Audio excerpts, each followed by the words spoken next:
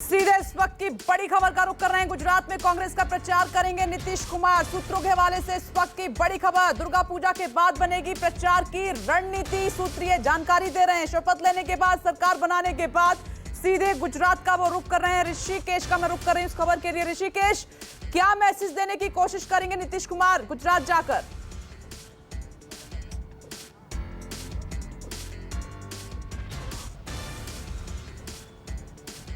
तो कांग्रेस का प्रचार करेंगे नीतीश कुमार। दुर्गा पूजा के बाद बनेगी प्रचार की बड़ी रणनीति, ये सूत्र जानकारी दे रहे हैं। गुजरात में कांग्रेस की ताकत को बढ़ाएंगे। अब देखिए, बिहार में महागठबंधन की सरकार बनने के बाद, क्योंकि कांग्रेस ने सबसे पहले नीतीश कुमार का साथ दिया, दूसरी बार कि हम आपके साथ हैं बिना शर्त के, और अब बड़ी खबर यह है कि महागठबंधन की सरकार बनने के बाद, एक बार फिर से शपथ लेने के बाद, वो सीधे गुजरात का रुख करेंगे। क्योंकि इस साल के अंत में गुजरात में विधानसभा चुनाव है, जहां पर लंबे समय से बीजेपी की सरकार है। तो क्या टक्कर बीजेपी को देने के लिए कांग्रेस की ताकत बनेंगे नीतीश कुमार? ये बड़ी खबर। गुजरात में कांग्रेस का प्रचार नीतीश कुमार करने वाले हैं, क्योंकि वहां पर मुख्य मुकाबला आप देख रहे हैं कांग्रेस और बीजेपी के बीच में है। हालांकि आम आदमी पार्टी भी वहां पर अपने पैर पसार रही है, लेकिन यहां पर जो वादा कांग्रेस ने जेडीयू से किया, नीतीश कुमार से किया कि आप आगे बढ़िए, हम आपके साथ हैं और बिना शर्त आपके साथ हैं, तो क्या इसी वजह से अब बिना शर्त ताकत बढ़ाएंगे गुजरात में कांग्रेस की नीतीश कुमार? वहां उनके लिए प्रचार करेंगे। सूत्र ये बड़ी जानकारी दे रहे हैं। हालांकि दुर्गा पूजा के बाद किस तरह से वहां पर प्रचार की रणनीति रहेगी, इसका पूरा खाका तैयार किया जाएगा। लेकिन बड़ी खबर है, ये पार्टियां एकजुट हो गई हैं। अब यह भी मैसेज देने की कोशिश की जा रही है कि मात्र बिहार में ये पार्टियां साथ नहीं है, गुजरात में भी होंगी। ऋषिकेश, ये क्या मैसेज देने की कोशिश की जाएगी नीतीश कुमार की तरफ से?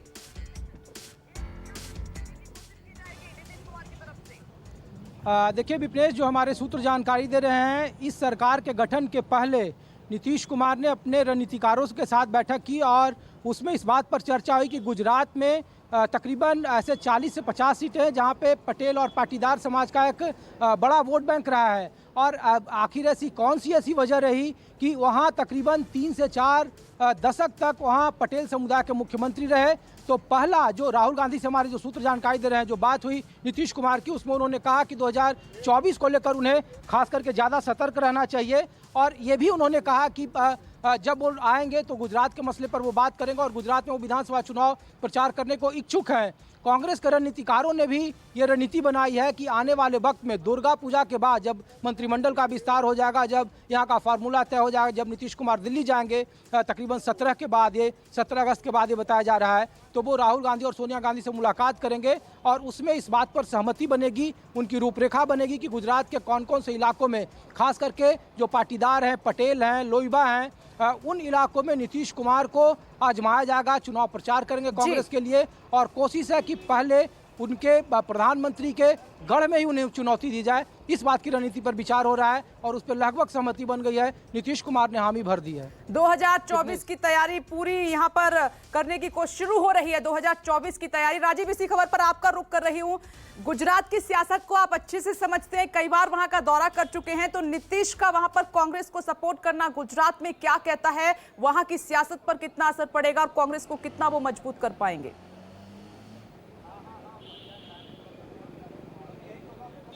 देखिए विपनेश, विपक्षी दलों में इस बात को लेकर एक आम रणनीति सी है कि नरेंद्र मोदी को अलग अलग रह करके टक्कर नहीं दी जा सकती। जो विपक्षी दल जिस राज्य में जितना मजबूत है, बाकी दल उसको मजबूत करने का काम करेंगे और अलग अलग क्षेत्रीय छत्रपों को जहां जरूरत पड़े राष्ट्रीय पार्टियां, और जहां राष्ट्रीय पार्टियों को जरूरत पड़े कांग्रेस को, राष्ट्रीय पार्टियों नहीं, कांग्रेस को जहां जरूरत पड़े वहां पर क्षेत्रीय छत्रप उनको मजबूत करें। मुझे लगता है कि ये जो अभी घटनाक्रम बिहार में हुआ है, इसको सिर्फ बिहार तक ही देखना बहुत छोटी बात होगी। दरअसल ये 2024 का ही सब गुड़ा भाग गणित लगा करके काम किया गया है। और मुझे तो जहाँ तक जानकारी है कि राहुल गांधी खुद इस बात को चाहते थे कि नीतीश कुमार उस खेमे में आ जाएं, नरेंद्र मोदी के खेमे से निकल करके इस खेमे में आ जाएं, उनकी कोशिश थी। और आप देखिए कांग्रेस पार्टी कितना बड़ा दिल दिखाने का काम कर रही है, बिल्कुल बैक सीट पर है। आपको पता ही है, वैसे अभी आपने श्याम रजक को सुना, उन्होंने बताया कि उनके 2 प्रमुख नेताओं को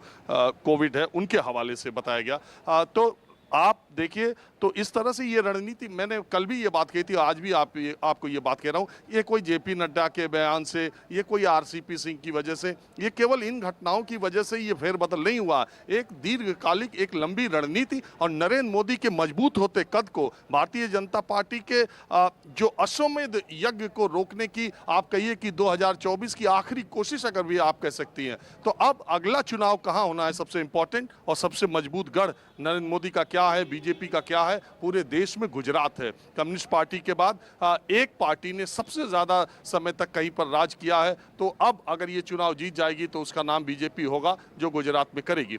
तो अब भारतीय जनता पार्टी को कड़ी टक्कर देने के लिए ये रणनीति बनाई जा सकती है कि नीतीश कुमार को इस तरह से प्रेजेंट किया जाए, और जब नीतीश कुमार नरेंद्र मोदी के क्रियाकलापों पर, बातों पर, उनकी नीतियों पर, उनके व्यवहार पर, उनके काम करने के स्टाइल पर हमला बोलेंगे तो लोग उसके विपक्ष के नेता की तरह आदतन विरोधी नेता नहीं मानेंगे। लोग ये मानेंगे कि नीतीश कुमार इतने लंबे समय तक बीजेपी के साथ रहे, इतने लंबे समय तक उन्होंने नरेंद्र मोदी के साथ काम किया है, तो नीतीश कुमार जो बात कह रहे हैं वो ज़्यादा सटीक हो सकती है, वो ज़्यादा सही बात कह सकते हैं। देखिए, विपक्ष का नेता बोलता रहता है, लोगों को सुनने की आदत है, तो तुमको भी मौका मिला था, तुमने क्या कर लिया, लोग इस तरह का जवाब देते हैं। लेकिन नीतीश कुमार को मौका मिला तो नीतीश कुमार ने बिहार में डिलीवर किया है। आपको पता है कि बिहार में सड़कें कैसी हुई, आपको पता है कि बिहार में कानून व्यवस्था नीतीश कुमार ने ठीक किया।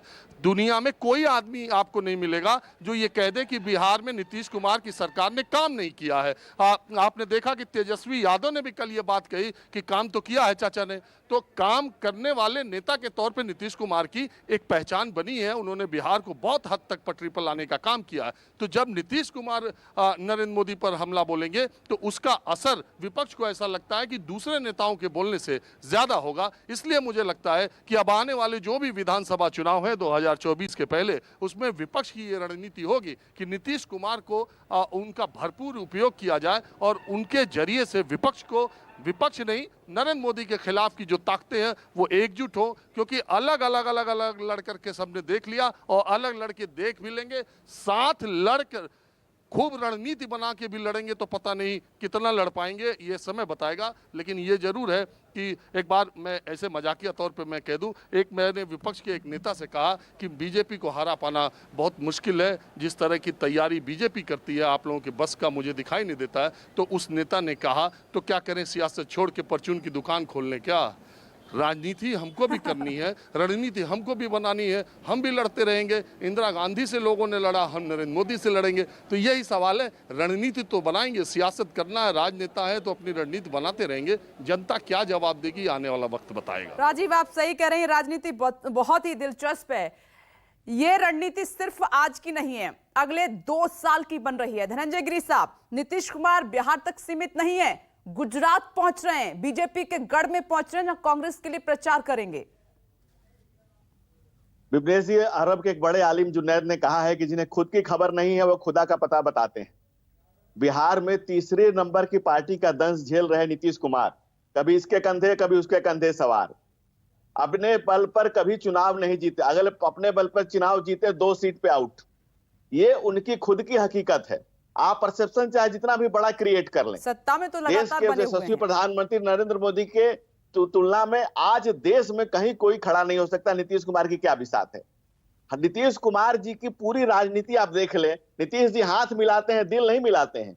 और उनके हाथ मिलाने के क्रम में बिहार की जनता हाथ मलती रह गई, क्योंकि उन्होंने यशस्वी प्रधानमंत्री नरेंद्र मोदी का मैसिव इलेक्शन कैंपेन को वोट दिया था, एनडीए को वोट दिया था। और बिहार के मरहूम एक अकलियत के बड़े नेता ने कहा था कि नीतीश कुमार परिस्थितियों के मुख्यमंत्री हैं। नीतीश कुमार कोई जनता के मुख्यमंत्री या जनमत के मुख्यमंत्री नहीं है। वो दूसरों के कंधे पर बंदूक रख के चलाते हैं और दूसरे के कंधे पर रखी हुई बंदूक को ट्रिगर दबाने के लिए बेचैन खड़े हैं। ये उनकी बेचैनी हो सकती है, लेकिन इस पूरी बेचैनी में बिहार कहाँ है। हमारी अकलियत की बहन अभी कह रही थी, हमारी जदयू की प्रवक्ता बहन कह रही थी कि कानून है, संविधान है, तेजस्वी जी पर निर्णय लेगा। क्या वो कानून और संविधान नीतीश जी को नहीं पता था जब पिछली बार अलग हुए थे कि भाई किसी पर आरोप लगाए तो कानून भी है, संविधान भी, वो काम करेगा। आज कानून और संविधान हो गया, क्या उस समय नहीं था? ये विपनेश जी, इस तरह की बातें हैं। हम भारतीय जनता पार्टी, हम तो जिस ध्येय को लेकर आगे बढ़ रहे थे। ठीक है धनंजय जी, आप कह रहे हैं तीसरे नंबर की पार्टी है उनकी, लेकिन आप देखिए पिछले 20 साल से वो सत्ता पर काबिज हैं, सीएम बने हुए हैं और फिर बनने जा रहे हैं 8वीं बार। आपका कभी जवाब इसके कंधे, अंजुम कभी आरा उसके जी इस पर। कंधे। धनंजय गिरि जी जो बोल रहे हैं। ये बिल्कुल हकीकत है कि बिहार में आदरणीय नेता नीतीश कुमार जी की जो सर्वाधिक स्वीकारिता है, उनकी जो एक विजन है, विजनरी लीडर के रूप में, और सबसे बड़ी चीज कि बिहार में एक करिश्माई नेता, उनके जैसा किसी भी पॉलिटिकल पार्टी के पास वैसा नेता नहीं है, उस कद का नेता नहीं है। और यही कारण है आज इन लोग जो कहते हैं कि हमने मौका दिया, और यही वो सबसे मेन कारण है कि हर राजनीतिक दल अपनी राजनीतिक संभावनाओं के लिए, चुनावी संभावनाओं के लिए नीतीश कुमार जी से बेहतर चेहरा किसी को नहीं पाया है। और बिहार की जनता ने छोटी से बिल्कुल तीसरे नंबर की पार्टी है हम, धनंजय जी, नो डाउट, क्योंकि संख्या है, लेकिन आप इस चीज को जान लीजिए, तीसरे नंबर की पार्टी है तो भी बिहार की जनता ने 2020 में जब हम चुनाव लड़े थे ना, तो नीतीश कुमार जी के चेहरे को आगे किया गया था, नीतीश कुमार जी के नेतृत्व को आगे किया गया था। और हम जानते हैं कि जब जनता मैंडेट देती है तो लीडरशिप को देती है, नेतृत्व को देती है। तो नीतीश कुमार जी के नेतृत्व को बिहार की जनता ने पूर्ण बहुमत पलटू दिया था। नेता की छवि बनाई है नीतीश कुमार ने। 2017 में क्यों आए थे हमारे साथ, क्यों आए थे, ये कारण बताए ना, ये कारण बताए 2017 में हमारे साथ क्यों आए थे। हम किसी के कंधे पे नहीं चढ़ते, अपनी राजनीतिक संभावनाओं को, अपनी राजनीतिक खेती को तलाशने के लिए हमारे कंधे पे चढ़ने का काम किए। बता देना ये 2017 में हमारे साथ क्यों आए थे। अगर पलटने की बात कह रहे हैं, जिन शब्दों का प्रयोग किया जा रहा है, ये बता दे कि ये क्यों हमारे साथ आए थे 2017 में। मैं तो सवाल करती हूँ क्यों आए थे मैं इस पर जवाब लेती हूँ। अंशुल जी, धनंजय गिरि जी आप इस पर जवाब दीजिए, उसके बाद मैं डॉक्टर अंशुल के पास जाऊंगी। देखिए हमारी बहन कह रही है कि 2017 में क्यों आए थे?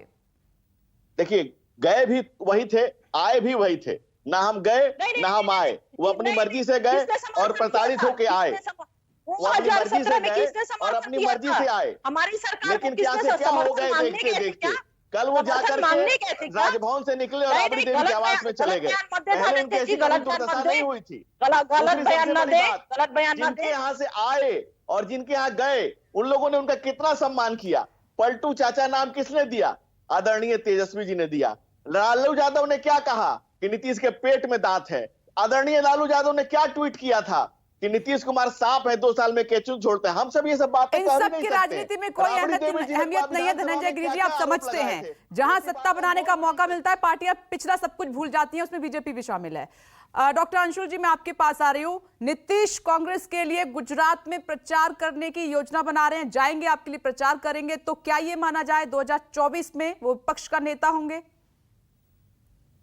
नहीं, हम भविष्यवाणी में तो नहीं जाएंगे। देखिए यहाँ पर प्रतिध्वनि आ रही है, एको आ रहा है, इसको ठीक कर दे। लेकिन मैं ये कहना चाह रहा हूँ कि देखिए एक नई एकता का सृजन हुआ है, एक गठबंधन का सृजन हुआ है जो भाजपा विरोधी है। अगर इसका असर हम और रियासतों में ले जाएंगे, इसका प्रभाव पड़ेगा तो ये विपक्ष को मजबूती देगा, इसमें कोई शक नहीं है। आप जानते हैं यहाँ पर जो नीतीश कुमार जी का जो समुदाय है, उसका जो इक्विवेलेंट है गुजरात में वो बड़ी मात्रा में है, तो हम जाहिर है इसमें कोई आश्चर्य की बात नहीं है कि ये वो प्रचार करेंगे। देखिए एक परिवर्तन की शुरुआत बिहार में हुई है। भाजपा जो बार बार कह रही है कि यहाँ पर ये देखिए ये जनमत का उल्लंघन हुआ है, ये जनादेश का उल्लंघन है, ये बिल्कुल गलत है। क्योंकि भाजपा कौन होती है कहने वाली कि उल्लंघन किस तरह से होता है। उनकी तो सारी सियासत जो है वो बाजारी सियासत है, वो तो खरीद फरोख्त की राजनीति में विश्वास करती है। जो स्थायी सरकार है उनको गिराने की वो राजनीति करती है, जो बहुमत वाली सरकार है उसको गिराने की राजनीति वो करती है। और ये आप बार बार देख सकते हैं, इसकी लंबी सूची है, जितनी भी रियासतों में उन्होंने गिराने की कोशिश की या उनको गिराई। तो ये भाजपा ये कह रही है, ये बड़ी अजीब सी बात है। देखिए एक वक्त आता है सियासत में, कभी कभी ऐसा वक्त आता है कि जब जो उद्देश्य होते हैं, जो किसी दलों के उद्देश्य होते हैं, उनके लक्ष्य होते हैं, उनसे मकसद होते हैं, वो एक समय आके मिल जाते हैं। और वो ही उद्देश्य है कि भाजपा को कैसे रियासतों से हटाएं। हम भाजपा को बर्दाश्त नहीं कर सकते हैं, बिल्कुल नहीं करेंगे, क्योंकि वो विनाशकारी डॉक्टर अंशुल जी, लेकिन मैं यहां पर एक बात कहना चाहती हूं, कांग्रेस के लिए इतनी बड़ी और पुरानी पार्टी रही, सत्ता में रही, लेकिन आज देखिए क्षेत्रीय पार्टियों का कांग्रेस को साथ लेना पड़ रहा है। इस पर कांग्रेस को विचार करने की जरूरत है।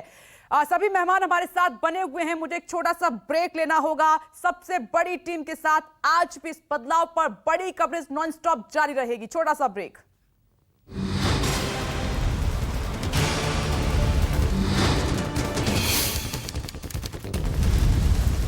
नमस्कार, मैं हूं मानक गुप्ता। अगर आपको हमारा ये वीडियो पसंद आया हो तो इसे लाइक और शेयर जरूर करें और हां, हमें सब्सक्राइब और फॉलो करना ना भूलें ताकि आप देश और दुनिया की कोई खबर मिस ना करें। तो जुड़े रहिए हमारे साथ और देखते रहिए न्यूज़ 24।